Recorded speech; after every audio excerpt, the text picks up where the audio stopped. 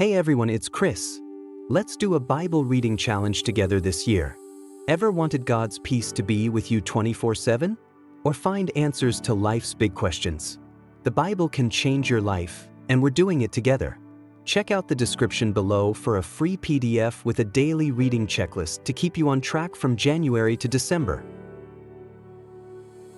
Let's keep going with Numbers today, from chapters 15 to 17. Numbers 15. The Lord said to Moses, "Speak to the Israelites and say to them, after you enter the land I am giving you as a home, and you present to the Lord food offerings from the herd or the flock, as an aroma pleasing to the Lord, whether burnt offerings or sacrifices, for special vows or free will offerings or festival offerings. Then the person who brings an offering shall present to the Lord a grain offering of 1/10 of an ephah of the finest flour mixed with 1/4 of a hin of olive oil. With each lamb for the burnt offering or the sacrifice, prepare 1/4 of a hin of wine as a drink offering. With a ram prepare a grain offering of 2/10 of an ephah of the finest flour mixed with 1/3 of a hin of olive oil, and 1/3 of a hin of wine as a drink offering. Offer it as an aroma pleasing to the Lord. When you prepare a young bull as a burnt offering or sacrifice, for a special vow or a fellowship offering to the Lord, bring with the bull a grain offering of 3/10 of an ephah of the finest flour mixed with 1/2 a hin of olive oil, and also bring 1/2 a hin of wine as a drink offering. This will be a food offering, an aroma pleasing to the Lord. Each bull or ram, each lamb or young goat, is to be prepared in this manner. Do this for each one, for as many as you prepare. Everyone who is native-born must do these things in this way when they present a food offering as an aroma pleasing to the Lord. For the generations to come, whenever a foreigner or anyone else living among you presents a food offering as an aroma pleasing to the Lord, they must do exactly as you do. The community is to have the same rules for you and for the foreigner residing among you. This is a lasting ordinance for the generations to come. You and the foreigner shall be the same before the Lord. The same laws and regulations will apply both to you and to the foreigner residing among you. The Lord said to Moses, "Speak to the Israelites and say to them, when you enter the land to which I am taking you and you eat the food of the land, present a portion as an offering to the Lord. Present a loaf from the first of your ground meal and present it as an offering from the threshing floor. Throughout the generations to come you are to give this offering to the Lord from the first of your ground meal. Now, if you as a community unintentionally fail to keep any of these commands the Lord gave Moses, any of the Lord's commands to you through him, from the day the Lord gave them and continuing through the generations to come, and if this is done unintentionally without the community being aware of it, then the whole community is to offer a young bull for a burnt offering as an aroma pleasing to the Lord, along with its prescribed grain offering and drink offering, and a male goat for a sin offering. The priest is to make atonement for the whole Israelite community, and they will be forgiven, for it was not intentional and they have presented to the Lord for their wrong a food offering and a sin offering. The whole Israelite community and the foreigners residing among them will be forgiven, because all the people were involved in the unintentional wrong. But if just one person sins unintentionally, that person must bring a year-old female goat for a sin offering. The priest is to make atonement before the Lord for the one who erred by sinning unintentionally, and when atonement has been made, that person will be forgiven. One and the same law applies to everyone who sins unintentionally, whether a native-born Israelite or a foreigner residing among you. But anyone who sins defiantly, whether native-born or foreigner, blasphemes the Lord and must be cut off from the people of Israel. Because they have despised the Lord's word and broken his commands, they must surely be cut off. Their guilt remains on them. While the Israelites were in the wilderness, a man was found gathering wood on the Sabbath day. Those who found him gathering wood brought him to Moses and Aaron and the whole assembly, and they kept him in custody, because it was not clear what should be done to him. Then the Lord said to Moses, "The man must die. The whole assembly must stone him outside the camp." So the assembly took him outside the camp and stoned him to death, as the Lord commanded Moses.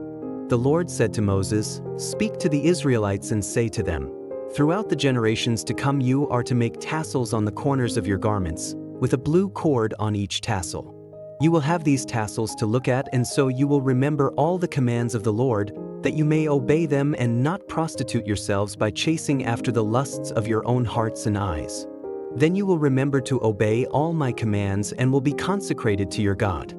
I am the Lord your God, who brought you out of Egypt to be your God. I am the Lord your God.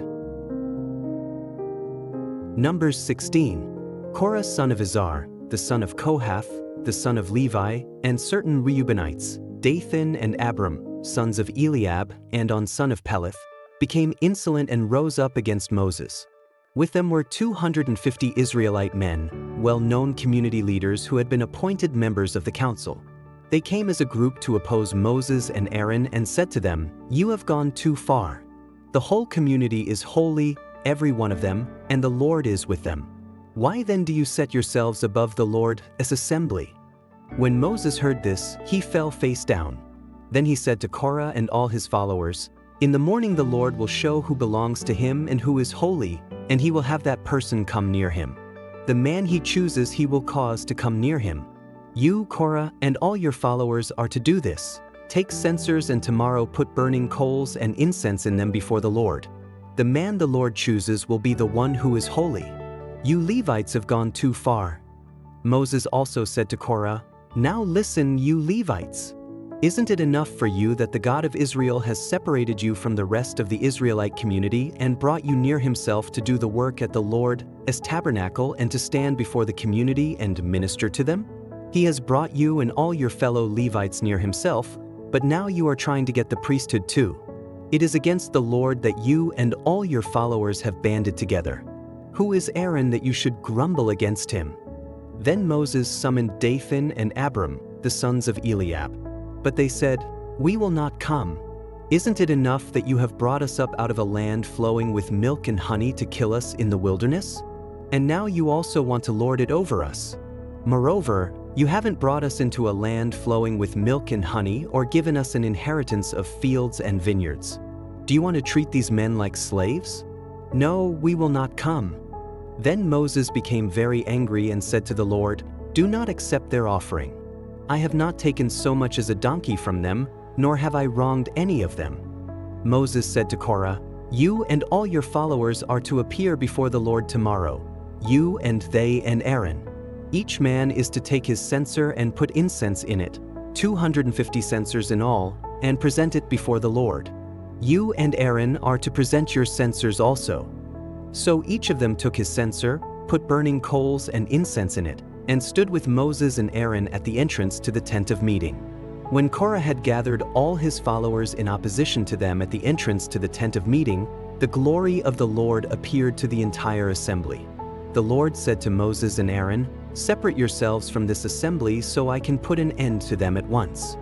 But Moses and Aaron fell face down and cried out, "O God, the God who gives breath to all living things, will you be angry with the entire assembly when only one man sins?" Then the Lord said to Moses, "Say to the assembly, move away from the tents of Korah, Dathan, and Abiram." Moses got up and went to Dathan and Abiram, and the elders of Israel followed him. He warned the assembly, "Move back from the tents of these wicked men. Do not touch anything belonging to them, or you will be swept away because of all their sins." So they moved away from the tents of Korah, Dathan, and Abiram. Dathan and Abiram had come out and were standing with their wives, children, and little ones at the entrances to their tents. Then Moses said, "This is how you will know that the Lord has sent me to do all these things and that it was not my idea. If these men die a natural death and suffer the fate of all mankind, then the Lord has not sent me. But if the Lord brings about something totally new, and the earth opens its mouth and swallows them, with everything that belongs to them, and they go down alive into the realm of the dead, then you will know that these men have treated the Lord with contempt." As soon as he finished saying all this, the ground under them split apart and the earth opened its mouth and swallowed them and their households, and all those associated with Korah, together with their possessions. They went down alive into the realm of the dead, with everything they owned. The earth closed over them, and they perished and were gone from the community. At their cries, all the Israelites around them fled, shouting, "The earth is going to swallow us too." And fire came out from the Lord and consumed the 250 men who were offering the incense. The Lord said to Moses, Tell Eleazar son of Aaron, the priest, to remove the censers from the charred remains and scatter the coals some distance away, for the censers are holy, the censers of the men who sinned at the cost of their lives. Hammer the censers into sheets to overlay the altar, for they were presented before the Lord and have become holy. Let them be a sign to the Israelites. So Eleazar the priest collected the bronze censers brought by those who had been burned to death, and he had them hammered out to overlay the altar, as the Lord directed him through Moses. This was to remind the Israelites that no one except a descendant of Aaron should come to burn incense before the Lord, or he would become like Korah and his followers. The next day the whole Israelite community grumbled against Moses and Aaron. "You have killed the Lord as people," they said. But when the assembly gathered in opposition to Moses and Aaron and turned toward the tent of meeting, suddenly the cloud covered it and the glory of the Lord appeared. Then Moses and Aaron went to the front of the tent of meeting, and the Lord said to Moses, "Get away from this assembly so I can put an end to them at once." And they fell face down. Then Moses said to Aaron, "Take your censer and put incense in it, along with burning coals from the altar, and hurry to the assembly to make atonement for them. Wrath has come out from the Lord, the plague has started." So Aaron did as Moses said, and ran into the midst of the assembly. The plague had already started among the people, but Aaron offered the incense and made atonement for them. He stood between the living and the dead, and the plague stopped.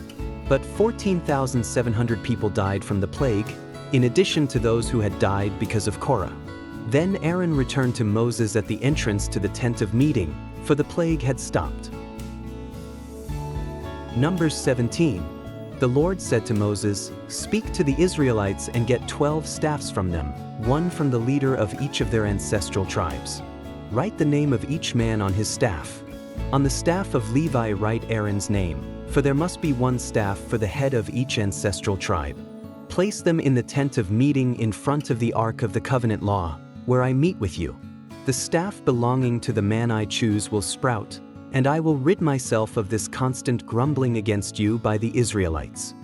So Moses spoke to the Israelites, and their leaders gave him 12 staffs, one for the leader of each of their ancestral tribes, and Aaron's staff was among them. Moses placed the staffs before the Lord in the tent of the covenant law. The next day Moses entered the tent and saw that Aaron's staff, which represented the tribe of Levi, had not only sprouted but had budded, blossomed, and produced almonds. Then Moses brought out all the staffs from the Lord's presence to all the Israelites. They looked at them, and each of the leaders took his own staff.